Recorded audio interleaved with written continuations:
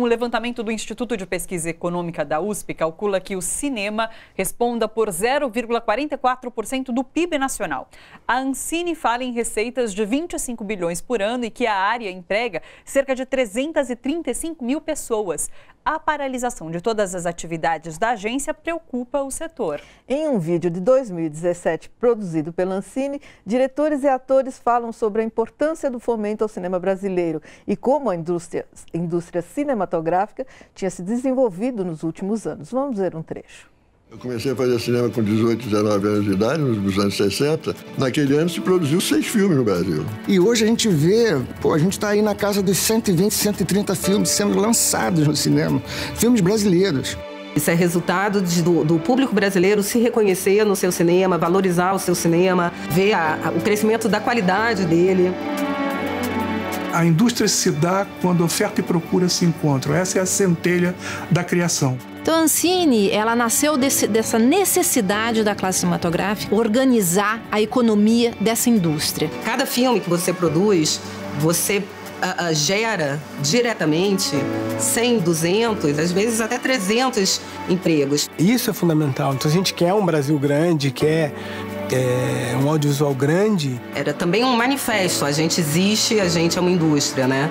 Agora, ao longo dos últimos 15 anos, a Ancine foi fundamental para a consolidação disso tudo. Que a Ancine conseguiu fazer essa mediação de ouvir a classe cinematográfica e, ao mesmo tempo, dialogar com o poder público e organizar esse fomento do cinema. O fomento para se fazer cinema continua sendo importantíssimo.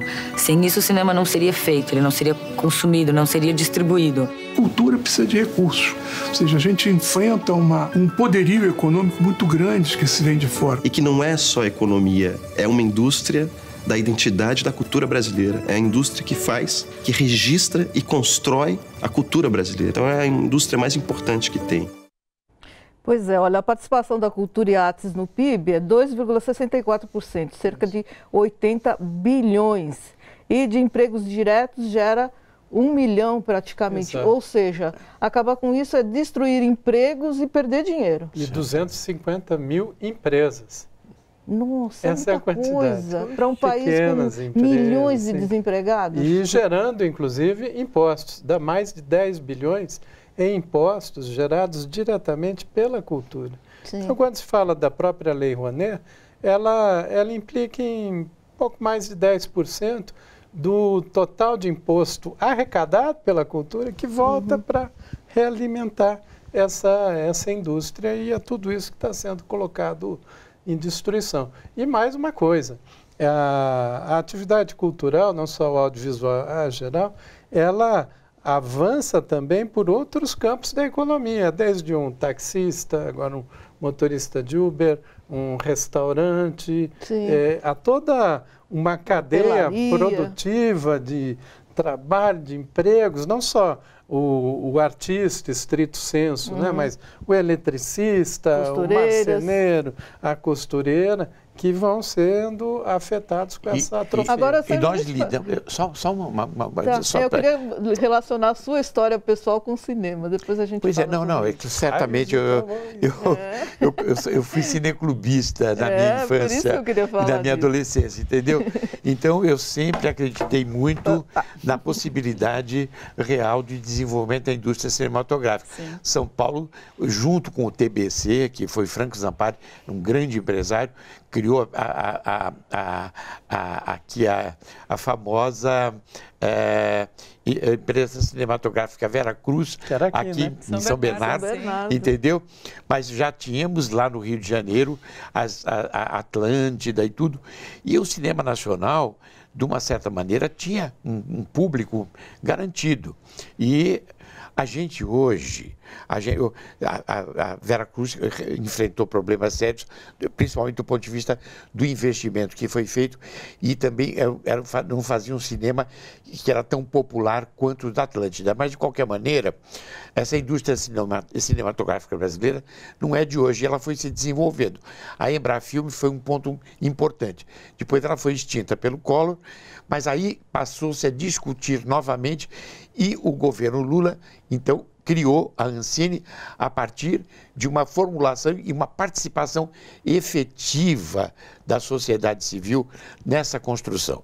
Porque nós somos signatários da Convenção sobre a Promoção e a Proteção da Diversidade Cultural, onde a participação da sociedade civil é fundamental para legitimar qualquer política pública. Os pontos de cultura que são, o que foram. Agora, você veja a tragédia que a gente está vivendo esses dias. 90% das salas de cinema do Brasil exibiram um filme só, Vingadores: O Ultimato. Sim. Entendeu? Isso não seria possível há muito pouco tempo atrás.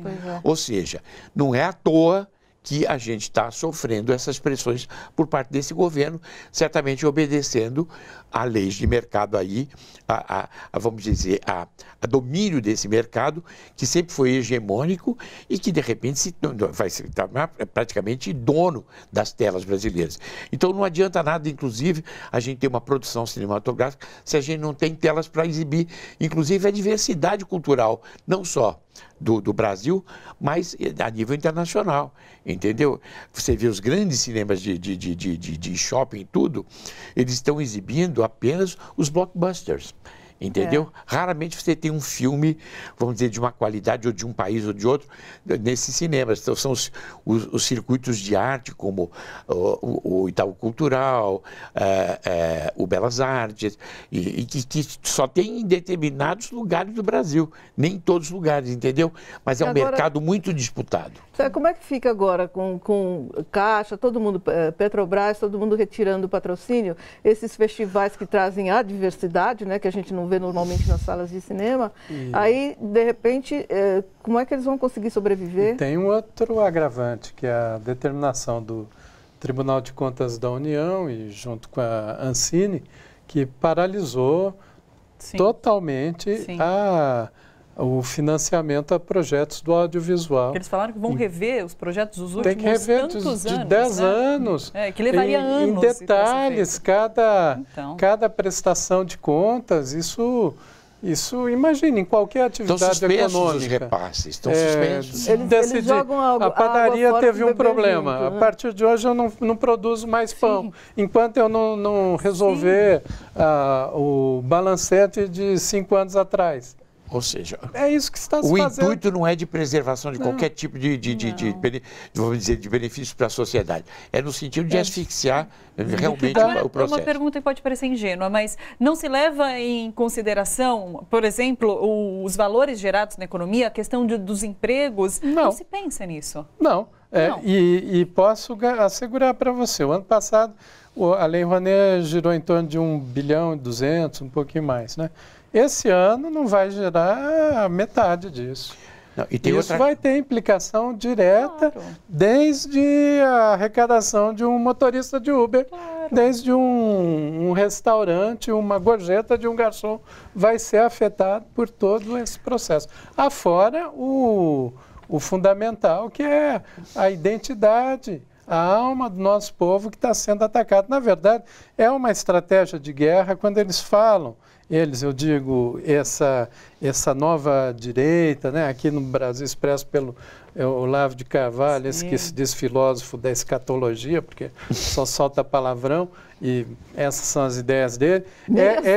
Eles estão na estratégia de guerra. É como começando uma guerra, joga os canhões, destrói tudo, e depois eles vêm com a terra arrasada para ocupar o espaço, para fazer o quê? Um governo de um Talibã, que é um pouco isso que se faz. Os talibãs fizeram isso. Lembra aquelas papel de exército islâmico de Talibã que eles destruíram e jogaram canhões contra aqueles 2 Budas no Afeganistão que tinham 1.500 anos e que destruíram, ou chegavam em museus e quebravam imagens em museus. Há várias cenas aí. Cidade de Palmira, agora na Síria. Sérgio, a gente fala muito sobre uma possível queda do governo Bolsonaro. E daí as análises é de que seria pela economia, porque não mostrar resultados na economia, não gerar empregos, porque a gente já está vendo destruição da cultura, destruição da educação pública, destruição da saúde. No meio ambiente. Cortes parece que de 95% do orçamento para a questão climática. E aí? A gente chega a um ponto de absurdo. Da estagnação, né? Não. Sem crescimento nenhum. Veja bem, nós temos a questão de direitos autorais, entendeu? Em 98, quando o Clinton faz um pedido para o Fernando Henrique de inserção do Brasil no mundo globalizado, o item número 1 era direito autoral. Nós que somos artistas temos direitos de imagem, mas do ponto de vista da autoria autoral, nós somos donos desses direitos, mas que a gente tem uma dificuldade enorme de receber esses direitos. Por exemplo, eu fiz o Castelo Rá-Tim-Bum na TV Cultura. Nunca recebi um tostão de direito. Nunca recebi um tostão de direito. A Globo paga aquilo que ela acha que deve pagar. Ou seja, a gente tem condições, a Globo e outras, estou falando as grandes corporações que têm, vamos dizer, obras de teledramaturgia que a gente participa com direito de imagem. Outro dia, o secretário da Cultura, né, desse secretário que é o ministro, de uma certa maneira, de repente estava falando o seguinte, que os direitos autorais não precisariam mais ser pagos, entendeu? Sendo que isso, a Glória Pires, que preside uma das associações de defesa de direito autoral dos artistas do Rio, falou assim, mas não é o senhor que... Quem é dono dos direitos são os artistas, e são eles, então, que podem dizer, ou até nisso, até nesse tipo de intervenção a gente está tendo. Sim. Entendeu? Qual é o próximo passo? Entendeu? Ontem, no debate que nós fizemos no Barão de Itararé, havia uma preocupação geral de criação de uma frente ampla em defesa da cultura e da liberdade de expressão, inclusive com repercussão internacional, porque nós temos que tomar uma posição. Não dá mais para a gente ficar só nessa discussão aqui.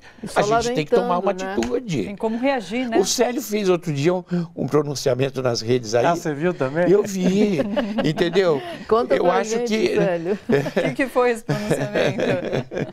Foi um desabafo, foi uma coisa extremamente emocionante, porque é o sentimento que a gente está.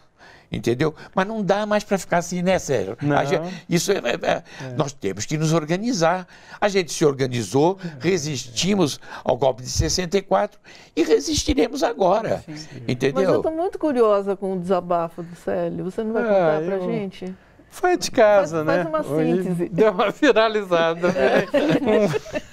Eu não sou muito dessa área, mas são tantos insultos, o povo brasileiro está sendo tão maltratado, tão insultado.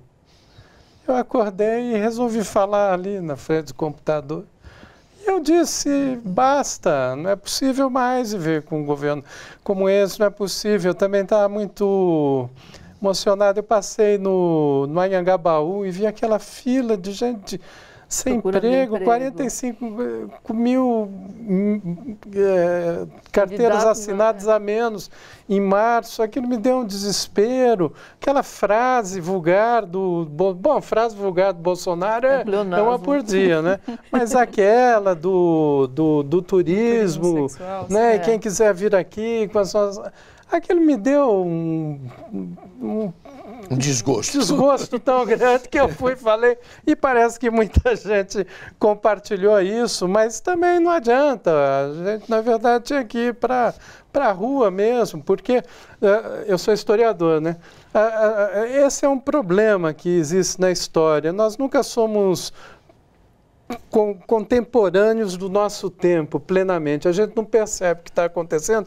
É como a história do sapo também, né? Que é ficção, não tem isso do sapo, que ele fica no caldeirão esquentando e ele não percebe a temperatura. Mas o fato é esse, a gente vai entrando, vai se auto-enganando. Imagine na Alemanha nazista, como era.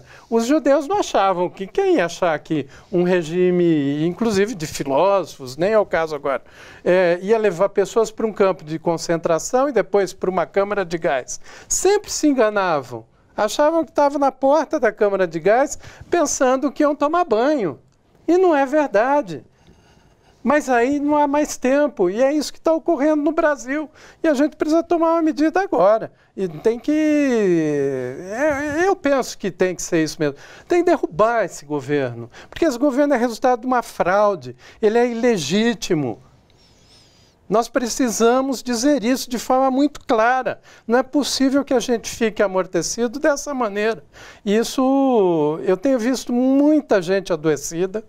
Isso também tem sido terrível. Pessoas com depressão, jovens com depressão, pessoas da mais alta qualidade, da mais alta generosidade, desempregadas, sem perspectiva de trabalho mais e sendo insultadas diariamente com essas vulgaridades. E foi isso que eu disse, mais ou menos. Na verdade é o seguinte, a gente quer respeito, entendeu? É respeito, respeitar a nossa dignidade, entendeu? Que está sendo ultrajada a todo momento, entendeu? E simplesmente é um desmonte de conquistas históricas, que não foi de um governo ou de outro, foram conquistas do povo brasileiro. Entendeu? A partir da morte de muita gente, do sacrifício de muita gente,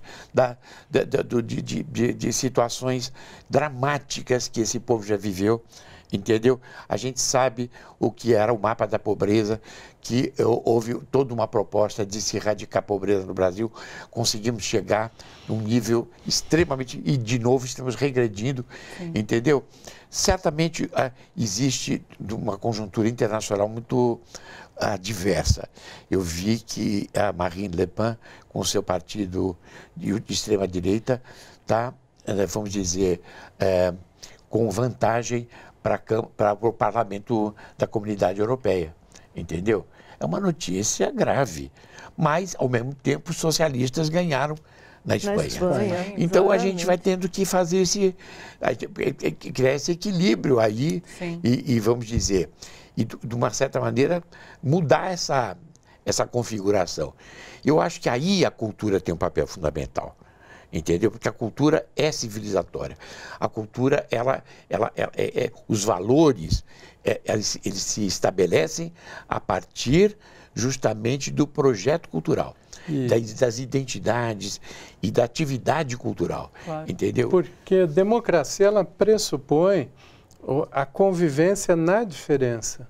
Sim. E o projeto imposto no país hoje é de extermínio da diferença e da diversidade. E do ódio, né? A gente conversou na sexta-feira com o Milton Ratum e foi um papo no sentido de uma ditadura institucionalizada. Voltamos a falar sobre isso no começo da semana. É isso? Vocês acreditam que a gente está vivendo? Não está para ter timidez na palavra o totalitarismo, né? E agora, sabe qual vai ser o próximo ataque que vão fazer?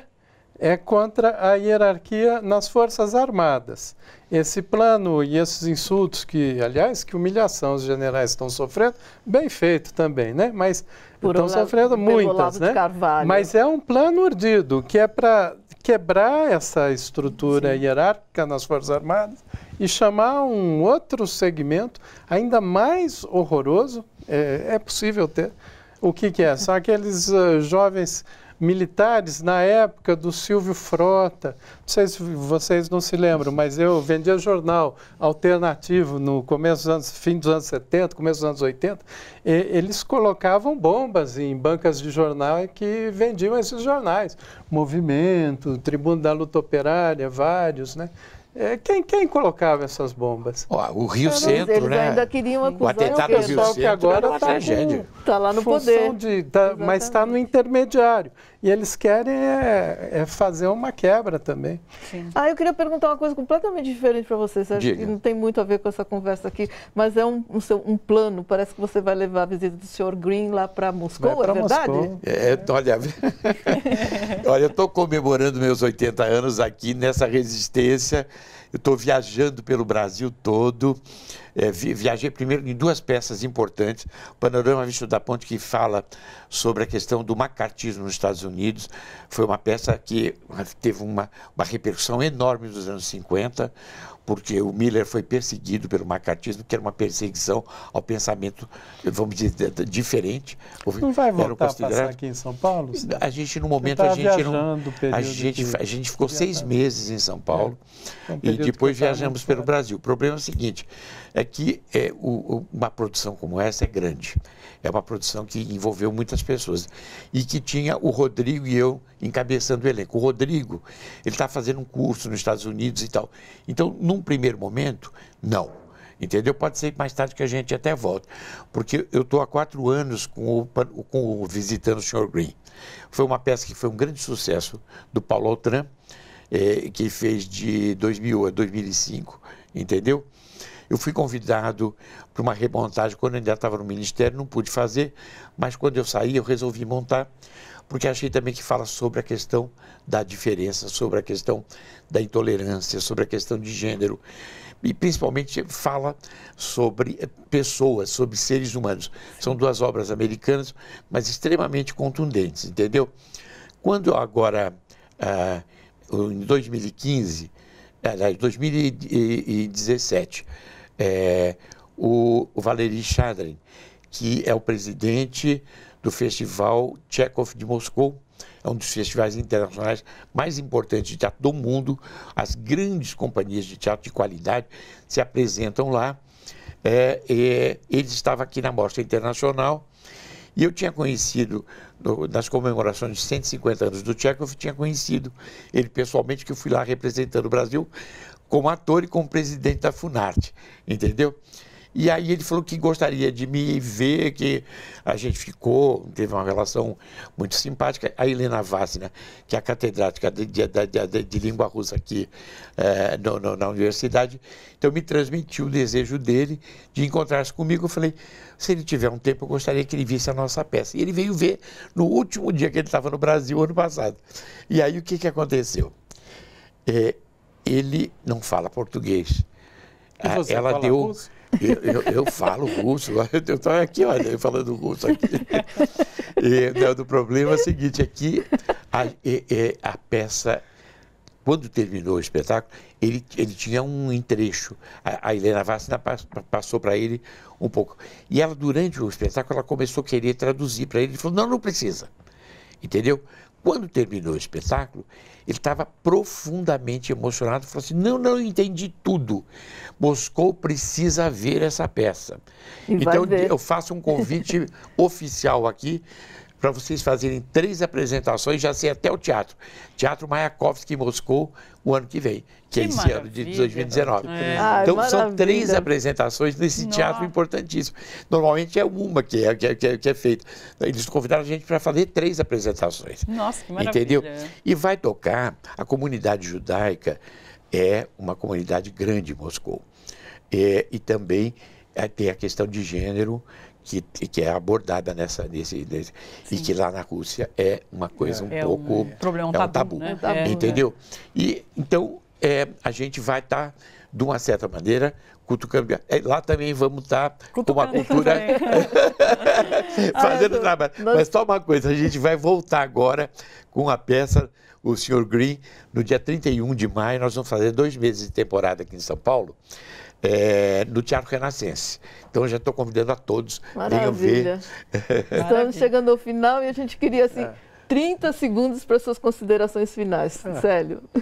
A cultura, ela só é boa quando ela é boa para todos, como o nome do programa de vocês. E nós temos que nos assenhorar de novo da cultura. Nós merecemos, artes, né? Temos companhia, eu vou ler alguns dos nomes das pessoas que acompanharam pelo YouTube. A Maria Campos, Marcelo Sé, Sebastião Pinheiro, Toninha Mois, Maria José da Silva Pacheco, a Taneri Miranda, o Fernando Gregório da Silva, Moacir Almeida Rocha, Haroldo de Souza. E a Maria Campos falou assim, cinema é registro cultural enquanto tocam fogo em museus. Isso aí. Pessoal, muito obrigada pela presença de vocês aqui. Foi um ótimo debate, uma ótima conversa. Obrigada, Célio. Obrigado também pelo espaço e certamente convoco a todos para se unirem nessa frente ampla de defesa da cultura e da democracia e da liberdade de expressão, que eu espero que ela frutifique e que a gente possa ter a mesma força que nós tivemos para resistir ao golpe de 64. Isso aí, resistiremos. Gente, bora fortalecer a TVT? É só clicar em inscrever-se e depois clicar no sininho. Pronto! Assim que pintar notícia nova, você fica sabendo no ato.